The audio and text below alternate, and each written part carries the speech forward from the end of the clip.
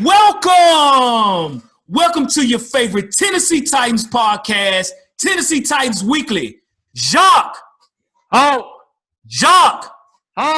What's up, ladies and gentlemen? Boom, we are here, folks. What's good? Chicago Bears, man. Chicago Bears. Bears, bear down, as they say. We're going to say bear up. What about that? Right. Bear up. I mean, it's going to be a good game, man. It's going to be a winnable game. Let's say that for sure. But, I mean, this. I hope this game sparks a 4-game winning streak. So, let's get in here and do what we got to do and get to Chicago and get this W. But, man, it's exciting to be here. Exciting to do another show. Absolutely. With the Tennessee Titans Weekly and my boy Hawk. The boy Jacques, we here. We here. Definitely. For all the Tennessee Titan fans, of course, a lot of big news going on this week. With Johnathan Joseph, the corner, being let go. Actually picked up by Arizona, but he got cut. Oh, he got picked up? Okay. I just not hearing that. I didn't know he got picked up. Mm-hmm. Wow. And Vic Beasley getting cut, of course. Yep. And so we put out a grade report the other day before these cuts happened. And the two guys that we gave Fs to was Johnathan Joseph and Vic Beasley. Like, you failed. You need to repeat this grade, right? And so Johnathan Joseph getting released was not so much a surprise or a shock. Vic Beasley was kind of a shock because of the salary he's making. You know, he signed this big contract. But, man, look, a lot of times you got to cut your losses, man. That's just part of life, right? Vic Beasley has not played with any passion. Matter of fact, he liked the comment when they got cut. He liked it on Twitter. I was like, oh, okay. So it was good for us to let him go, man. And, good luck to him wherever he goes. But was not a good fit here for us, man. Right. I agree. I mean, he didn't show the passion. His play was lackluster. He looked a little lazy out there. Just John Robinson has to cut his losses with defensive ends and linebackers from Cleveland. We've done this experiment with Kevin Dodd. With Clemson? With Clemson. And we've done this experiment with Vic Beasley. And we didn't draft Beasley, but he's from that tree, right? Yep. So John Robinson's going to have to do some self-evaluating when it comes to picking up certain players and free agents at that, right? We kind of put all our stock into JD and Vic Beasley. I mean, literally, we put our stock in thinking we were going to change them. And, Hawk, you always say this, you are who you are, right? I mean, ever since his rookie year, he's digressed. He's like he don't want to play football anymore, and you can kind of feel him with that attitude. And it's just something to just really marvel over. And I just like, hey, man, if you don't want to be here, man, just want to be here. Only thing that hurts is the salary that we paid him. I mean, $9 million. I mean, that's a hit for us. But I mean, John Robinson has already taken accountability for that, so I do appreciate that. But hey, let's look forward and let's do some reevaluation and some retrospective and figure out, hey, what do we do going forward? How do we choose our players? What do we see in our players? Does he fit our culture? Because Vic Beasley don't fit our culture. You're just throwing him in there because we went to the AFC Championship last year and you're trying to win. I get that, right? Yep. But why cut your costs? There was other players out there that we could have brought in that probably would have done a serviceable job versus Vic Beasley. At least get some pressure and make a play. I mean, you didn't see Beasley really make a play until last week, literally last week. And it was like, okay, well, Beasley, you're here. I see you, but you're not contributing. So that gives room for Derek Roberson. Hopefully he comes back and comes back healthy. But, I mean, hey, let's just cut our losses. Good luck to the young man. I hope he finds a somewhere to play. But just the way he's played with the Titans, I don't think that anybody – they might give him a shot if somebody gets hurt, but for depth or something. He'll be on somebody's practice squad. Because they don't have to pay him. We're paying him. So it's a free guy. He's free. Right. And so, Vic Beasley, I mean, you look at his stats. I think he only has 3 tackles all season. I mean, come on, man. Come on. Come on, man. Mm-hmm. It's like Vic Beasley, like you said, John Robinson has to look in the mirror and say, this year I didn't do well in free agency. I try to get better on defense. But what folks don't understand, and we're not over-exaggerating, and this is a fact, not an opinion, the Tennessee Titans right now on third down is the worst defense in the history of the NFL on third down. Mm-hmm. The worst in the history, okay? That's not a made-up stat. That's not a thought-up stat. That's facts with paper, Okay, facts with paper. Okay, so we have to turn the tide. And me and Jacques, we've been looking at film against the Bears. I mean, we'll see. I mean, it's gonna be there for us. So so Jacques, we signed Desmond King. You know what I'm saying? The corner. You were high on him in the draft. We got him for a 6th-round pick, which I think is a steal, to be honest with you. He will be up for a contract next year. I think that's why the Chargers let him go. I mean, what do you think about that with Desmond King, man? So it kind of makes up for the trade for Casey, right? Yes. So it does make me feel a lot better with that. It's like John kind of went full circle and said, hey, I have to make up for what I did when I traded Casey because I know it's not working. But I am excited about King, and especially looking towards the future. John Robinson didn't just bring him in just for this year. He's looking towards the future. The young man's only 24, 25. He's young, right? He was a 4-year senior at Iowa. He was dope. He was dope. I mean, I think he had won Defensive Player of the Year. The Jim Thorpe Award? Yeah. He had Amani Hooker as his teammate. And he had Amani Hooker as his teammate. So he seems like he's come in with the energy that Joseph didn't have. Joseph seemed like he was just here for a paycheck. We know why we brought in Joseph. We brought in Joseph to bait Clowney. That was the whole reason we brought him in here. We kind of wasted money doing that as well, right? So with King, I like his fluidity. Now, something where he's kind of slipped off a little bit is in 2018, he did start slipping, and I think he's been kind of this year as well. But, I mean, of course, I think the whole NFL as a whole is kind of I mean, a lot of bad teams, and it's like a small percentage of good teams out there. And I think that's what equates to the Titans' 3rd down woes is because we really haven't had first of all, you got no defensive coordinator. And then second, you literally didn't have a preseason. Now, I'm going to say this, Hawk. I'm excited to have him. Does it fix our problems? No, it don't. Okay. Yeah. We still need a defensive coordinator. Matter of fact, I would have hired one tomorrow. I would have hired one like when the trade deadline was done. Or you got Jim Tressel, I think that's his name, on the staff. I mean, you at least promote him, but it'll help that we don't have Joseph chasing. Jim Haslett. Okay. Yeah. Jim, you got Jim. I mean, utilize Jim. Utilize your weapons, right? Utilize what you have. Now, what I am excited about King's going to always be in position. You know what I mean? He reminds me of how Butler is, right? Butler's always in position. Even though we criticize Butler a lot as a fan base, I feel like Butler fights. He's always in position. He's there. Joseph, man, was getting torched, right? And he's looking around trying to blame everybody else. No, that was your fault. Take accountability. You see what I'm saying? Yep. So with King, I am excited. I'm very excited for the future because that means we have Adoree', we have Desmond King, we also have Christian Fulton, right? Because eventually, hopefully, Butler stays. But if Butler stays, then we have Butler as well. But I feel like we're moving towards the future. So I don't know if he'll play Sunday. I hope he do. But if he don't, we'll have him for Thursday's game, and we'll see how it goes. What about you, Hawk? I think Desmond King bringing him in, he did have some struggles this year. Hey, Hawk, it sounds like you come to a little close. There you go. There you go. So Desmond King has had some struggles this year. Even his last game, he didn't even dress out, right? But when you look at his stats overall, he's one of the top 10 corners in the league when you talk about slot corners, okay? Right. And ladies and gentlemen, 2 or 3 years ago, he was an all-pro. This is a 5th-round pick. So he overproduced, and I think that's why the Chargers let him go because he's due a big contract next year, right? So he won't fix our woes, but he's much better than Johnathan Joseph. He's much better than Ty Smith. You know what I'm saying? So I think if anything, that helps because we need help. On defense. Again, we're historically bad right now on 3rd down.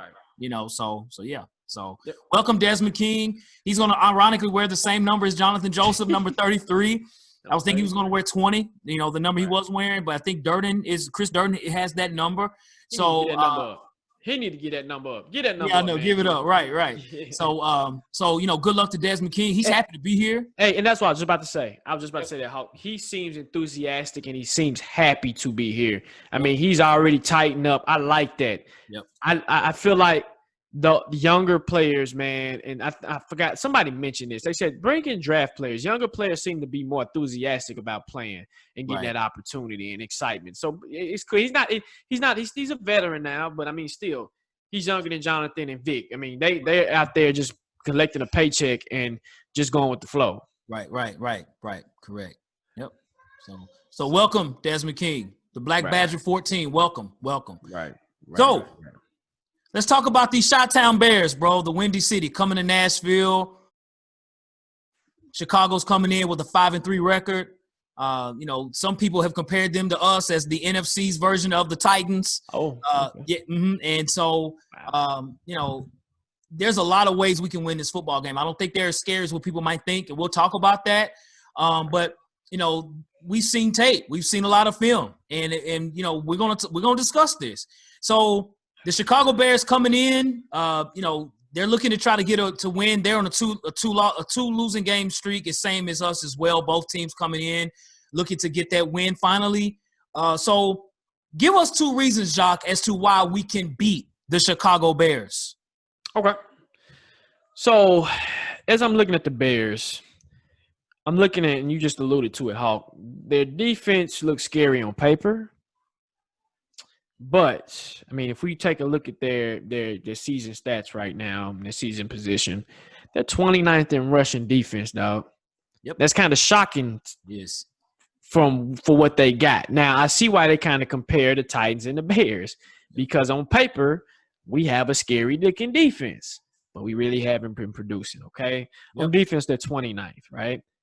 They're passing at 17th. Defense overall, now I just said rushing defense was 29th. Overall, they got the 19th ranked defense in the NFL. And they 23rd in offense, okay? Mitch Trubisky is hurt, okay? This is one. One way you can beat them is play your game, right? Run Derrick Henry. Alvin Kamara had space. He had room to run, right? Run Derrick. No paper. Run Derrick. But you also have 2 more running backs in McNichols and Foreman, right? That had space and had opportunity, literally. Something that we shied away from when we played the Cincinnati Bengals was we went away from our identity. Now, of course, we had to because we were behind. We weren't on the field long enough, right? But in this game, you do have the opportunity, right? You do have the opportunity to go in there and play your game. That way, Tannehill doesn't have to throw 1,000, 50,000 times, right? Yep. We know they have Eddie Jackson in the backfield. They have Jalen Johnson, the rookie, right? They got Kyle Fuller. They got some defense. They got some decent defensive backs, right? Yep. They got Khalil Mack. They do. But you can still run on them. Run defense is there. Point number 2, on defense. Now, I know we said last week defense was going to have a bounce-back game. We did say that, right? Right. I take accountability for that. Hawk, I know you take accountability for that, yep. right? Yep. But looking at Nick Foles, okay, we know Mitch Trubisky is hurt. Nick Foles, guys, Titans Nation, 8 touchdowns to 7 interception ratio, okay? He's thrown for 1,411 yards, okay? 80.2 quarterback percentage. Guys, it's there, okay?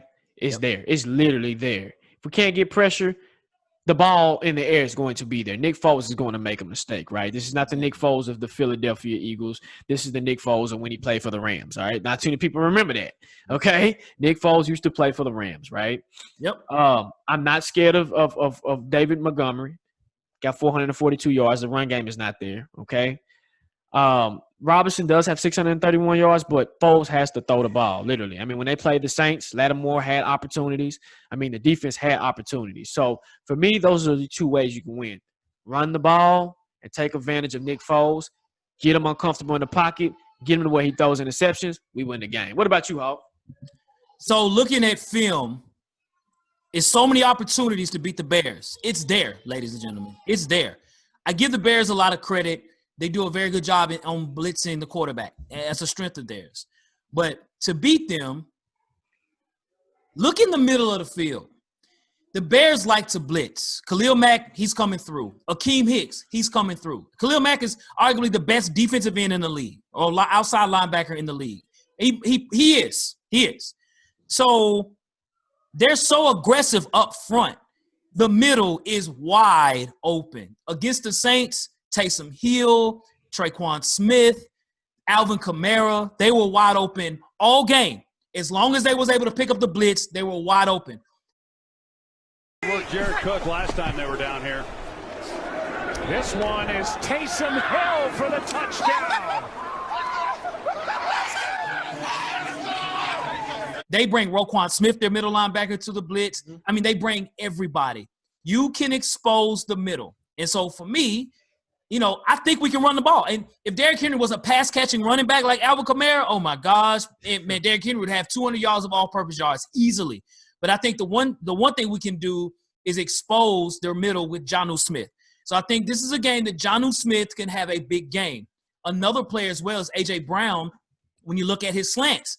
You guys know he's the king of the slant, right? He catches the ball, and there's nobody in the area, he can go for a touchdown because they bring everybody. They bring Eddie Jackson down. It is there. So I think, if anything, expose the middle. Don't be so intimidated by their front. Tashawn Gibson, the other safety, is like a linebacker. That's how he plays. So they're so aggressive. Use that against them, and we can win this football game. This defense is not as vaunted as people might think. They have players just like we do that have big names, but not as much productivity. Now, again, Khalil Mack is balling, and their pass rush is pretty damn good. They really are.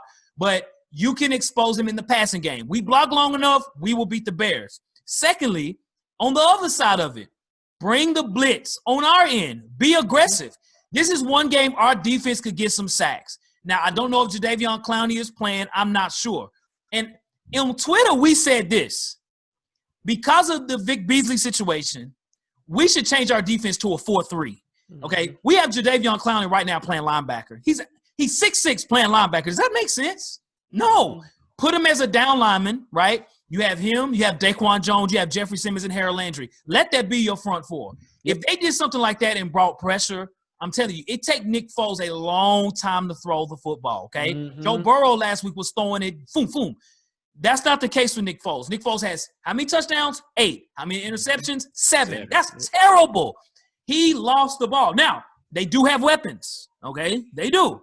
But this is a game, I think if we could be aggressive and get to them, we can get some sacks. And I think we could turn our third down unfortunate to be more fortunate for us, okay? So there's many, many ways we can win this game. Also, we've seen Tashawn Gibson when he played for the Jags. I'm not worried about him. Yep. All right, so Hawk, we know we've given the people 2 reasons why we can win. Yep. All right, give me 2 reasons why we can lose. And we gave our reasons last week. Let's give it reasons this week. What you think?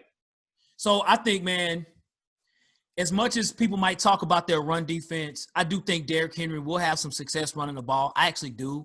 But if for any reason that slows up and we're not really running well early, man, we got to be careful of their pass rush, okay? You got Robert Quinn. You got Akeem Nicks. You got Khalil Mack, number 52 for those who don't know about the Bears. Khalil Mack is a newer Ray Lewis, okay? Slash Derek Thomas, okay? Good comparison. And then Dennis Kelly is guarding Khalil Mack. Now, if Dennis Kelly doesn't play, you know who's going to be playing right tackle? Isaiah Wilson, our first-round pick. So I think, if anything, we have to run the ball well. If we don't and we get behind and they bring their blitz, we're going to lose the football game. I'm telling you that. We're going to lose. They're going to bring the blitz. Cincinnati's defense was terrible, ladies and gentlemen. They won the game. I give them that. Their defense was trash. Let's just be honest. We didn't lose because of that. We lost because we couldn't stop them. But the Bears' defense is a much better team. They got playmakers. Eddie Jackson's a playmaker. And so we have to hold the blitz because they're coming. I'm telling you, Khalil Mack is a dog. We got to be – you see him on tape. His motor is running at all time. Secondly, you have to look at this as well. Now, David Montgomery, the running back, is not having, say, a great season, but he started to pick up some steam against the Saints. He played pretty well. I'm still not worried about him too much, but I am worried about Allen Robinson, the former Jag, who used to light us up with the Titan. One game I saw, he had 3 touchdowns against us. They got Anthony Miller, and they got Mooney, Daryl Mooney. Williams will be out from the fight he had against the Saints. Man, that was a hell of a fight. Wow, he was popping, dude. I don't know what happened. They said he got spit on or something. I have no idea. He got suspended for 2 games. But the Chicago Bears, they have weapons. They do. If Nick Foles gets the ball to him, they are a problem. Miller's the possession receiver. Mooney is the fast, speedy receiver. Allen Robinson is wide receiver number 1. He's gonna get his. So if we do not contain this sack Nick Foles, Nick Foles can have a hell of a day throwing the football to his weapons. And they got Jimmy Graham tight end. So we have to be careful and not act like the Bears don't have weapons. They just have a quarterback issue and an offensive line issue. But if we don't stop them, we'll lose, man. So what about for you? How do you think we could lose this game? So number one, and you alluded to it earlier, protecting Tannehill, literally. Khalil Mack has 6.5 sacks. Akeem Nicks has 3.5 sacks. And Mingo has 1.5 sacks. Nichols has 1 sack. I mean, literally, I'm looking at the list here. Robert Quinn has a sack. We have to protect. This is a game that's going to be a big test for the offensive line. And literally, you don't want to get Tannehill put on his back. Literally. I mean, the pass protection has to be there. And it has to be all assignments, not just from the offensive lineman, but from Derrick Henry and the running backs as well. We probably might have to mass protect, literally. If we have Kelly on Khalil Mack, Khalil Mack's going to eat, right? Yeah, man. If the Bears wanted to, I would switch it up. I'll put Khalil Mack on Sombrello's side just because I know that it's the weak side over there. So it's there, people. If you get Tannehill on skates and get him going how he was last week, where Tannehill didn't have his best game and his decision-making was off because the pressure was there, literally. And like you alluded to, Cincinnati Bengals they didn't have a spectacular defensive line, literally. I mean, it was worse than ours, and they still got a little bit of pressure on them. So that's really what worries me is if we don't protect Tannehill, it's going to be a long day, and we could lose this game, literally. Facts, no paper. Literally. The second reason and the second way is on defense, literally. I know we just said that this is going to be a good game for the defense to bounce back because Nick Foles has a tendency to hang the ball in there. I don't know if you've noticed it, but when you look at Nick Foles throw the ball, it almost, like you said, is a lob. And he doesn't have that zip on it. So the interception opportunities are there. From the 21 now. Foles is going to be picked. Intercepted by Lattimore. Now, we go back to what I think it was the Parrish Cox game when we played the Bears, and I think it was 2 or 3 years ago, and literally we beat them on the skin of our teeth. Yeah, I don't know if any Titans Nation remember that Chicago Bears game where I forgot the receiver's name when he dropped. I think it was 3 touchdown passes that he dropped, literally. Don't get in that situation, literally, because Allen Robinson's not dropping touchdown passes. No. Anthony Miller's not dropping touchdown passes. Literally, they're not. Jimmy's not going. So my thing is on defense, and this goes back to where we don't know if Adorie's playing.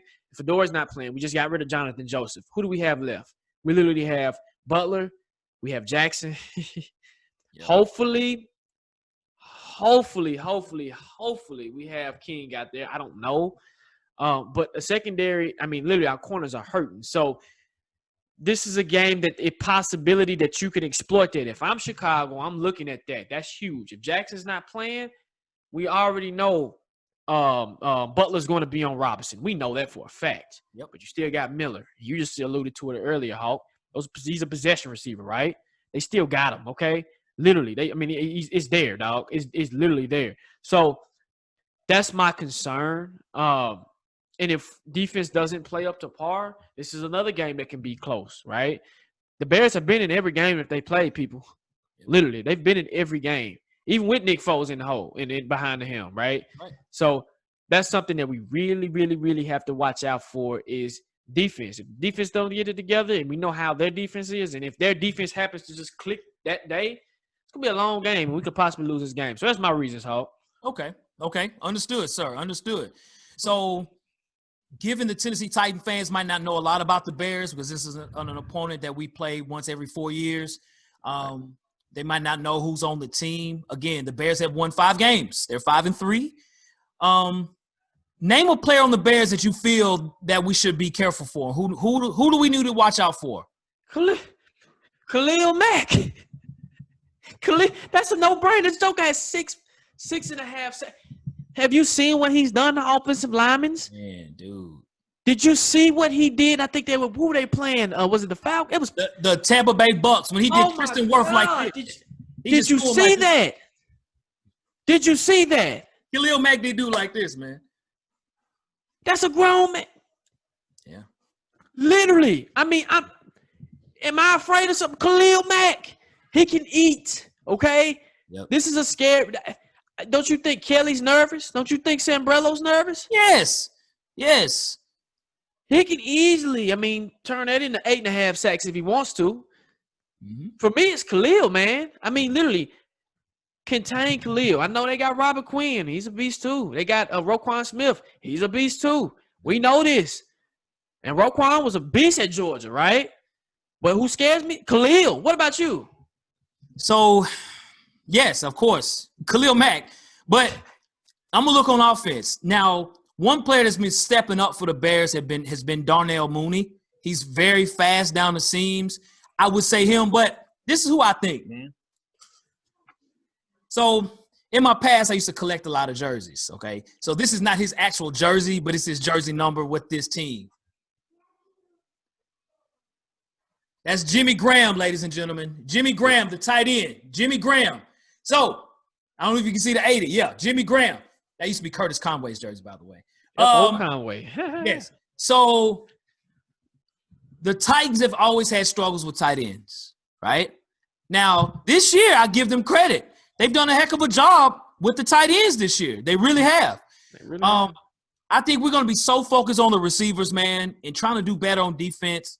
Jimmy Graham will have opportunities, okay? Jayon Brown, Kevin Byard, somebody will be guarding Jimmy Graham. Jimmy Graham's still 6'7", 260 out there, okay? Still catching touchdowns out there. And the Chicago Bears, one or two things they do pretty well in red zone, on offense and on defense. They have a really good red zone defense. But on offense, if they get down to the 5-yard line and going into the end zone, they're looking for number 80 on the lob pass. So, we have to be careful for Jimmy Graham. Let's not keep our eye off of him. I know we're going to be worried about Allen Robinson, and we're going to be worried about Miller and Mooney. We got to be careful of Jimmy Graham, number 80, the tight end. He's going to be looking to get some passes, man. Definitely. Yep. So, definitely. So, Hawk. Yes. Let me ask you this. Now, we know we didn't come out the Cincinnati game with a W, okay? Nope. We know that. All right. And we know we're playing an NFC opponent. This game means something record-wise, but it really doesn't mean nothing. Can we win the game or will we win the game? What's your predictions? What you think, brother? Talk to me. Well, I will say this. I'm not as confident to say that we're going to win like I thought we was against the Bengals. And not that I felt the Cincinnati Bengals was a trash football team. I felt Cincinnati had a good offense but a terrible defense, and we were right. For this team here, I really think for the Bears, I think they're smoke and mirrors in a lot of ways. Again, I think defensively they pass the ball. Their pass rush is ridiculous. It's there. But there's so many opportunities for us to win this game with their offense, Nick Foles and their offensive line. I know Chicago fans can't stand their line. Their line is pretty weak. So, yes, I do think we will win this football game. I do think it's going to be very, very close. And I don't think it's going to be a high-scoring game. It might be like 21-20. I don't think it's going to be our normal 28 to 30 points. I think it's going to be close because the Bears' defense, they're stout on that pass rush. I'm telling you. And so I think they'll hold ground, but I think we'll score just enough to beat the Bears. Confidence level out of 5 is about a 3. So I'd say we win this game. What about for you, man? So, like you said, we called it last week. We said last week was a trap game. This week, I feel a lot more confident because of Nick Foles in the helm. But I'm with you. It's not going to be a high-scoring game by a long shot, literally, because of the defensive play that we can see from both teams, right? And am I worried? A little bit, but we will definitely see. We do pretty well against NFC opponents. I've noticed it about the Titans. They tend to pull it out. So that's one thing that gives me confidence. But I do, and I'm like you, Hawk, I don't see it being a high-scoring game. Hell, I can probably see it 17-14, literally. But we'll see if they can bounce back. I do have us winning this game. I think I had us winning this game throughout the season as well. But with Nick Foles back there, I just don't have confidence in Nick Foles to win the game for them, just how his play is, and you can get pressure on him. And he takes a long time to throw, man. And it's just that Super Bowl Nick Foles is what's riding him high right now. But with them having Mitch Trubisky out and watching the Saints game, I'm like, and the Saints are not strong this year either, but that gives me enough confidence to be like, hey, I feel like the defense is tired of being the laughing stock of the league on third downs. Right. So I feel like this can be a confidence game. So I do have us winning this game 17-14, man. But like I said, it's not going to be a high scoring. I hope it is. Right. I hope it is on the favor of the Titans, but we're definitely seeing. Like I said, this is an NFC opponent, so we tend to do very well against the NFC. That's right. And you bring up a good point about the defense, because even Malcolm Butler said today, he said, I owe it to the city, to the organization, and to myself to do better on defense. And he fights, no question, but that's a good mindset coming into this game. Kevin Byard has said these two as well. Bless you. Man. But you even with that, to me, I can't even do Butler like that. I mean, Butler has played his butt off. He's played his tail off. So I can't really blame this on Butler. I can't. No. The defense itself, I really can't. I can put the blame on them, but it all starts in leadership, man. It all starts with the coaches. It all starts with Mike Vrabel, who still is making excuses to why the defense is the way it is. Brother, I need you to take accountability. So, Butler, I appreciate him taking accountability for himself and putting the city on the back and at least trying to ride with it. Like I said, as long as you're in position as a corner, and he does happen to make the catch, I'm cool. If you like Johnathan Joseph, that gets you fired. So definitely. Absolutely. Well, ladies and gentlemen, that ends our show, folks. Thank you again for watching the show, subscribing to the channel. We're having a ball, as always, win or lose. Hey, we here. We bleed that Titan blue. As always, you can check us out on Instagram at Tennessee Titans Weekly, as well on Twitter at Titans Weekly 24/7. And as contact, you can contact us at TennesseeTitansWeekly@gmail.com. Also, people, anytime you want notifications or anything, just to know when we go live or if we are posting a new show like we're doing now, cut the notification bell on. Also, I say this every show. Share the video, okay? It puts us in the YouTube algorithm. It gets us out there. Share the video with your auntie, your uncle, your dog, your cat, your fish, your shoe. I don't care who you share it with. Just share the video. And then, hey, let's get this W, and then let's get on to these Colts. That's going to be a rough – woo. We'll talk about it. But, hey, let's get this W, man, and let's tighten up. And, hey, like you said, Hawk, we bleed blue, win or lose. And also, share the video to the Chicago Bears fan. We know your team, too. We know the NFL. Holler at us. Yep. Absolutely. So, to you and yours, we will see you on Sunday for the post game. Bear up, not bear down, and tighten up. What about that, man? Let's go. Let's do it. We'll see you later, folks. Yes, sir.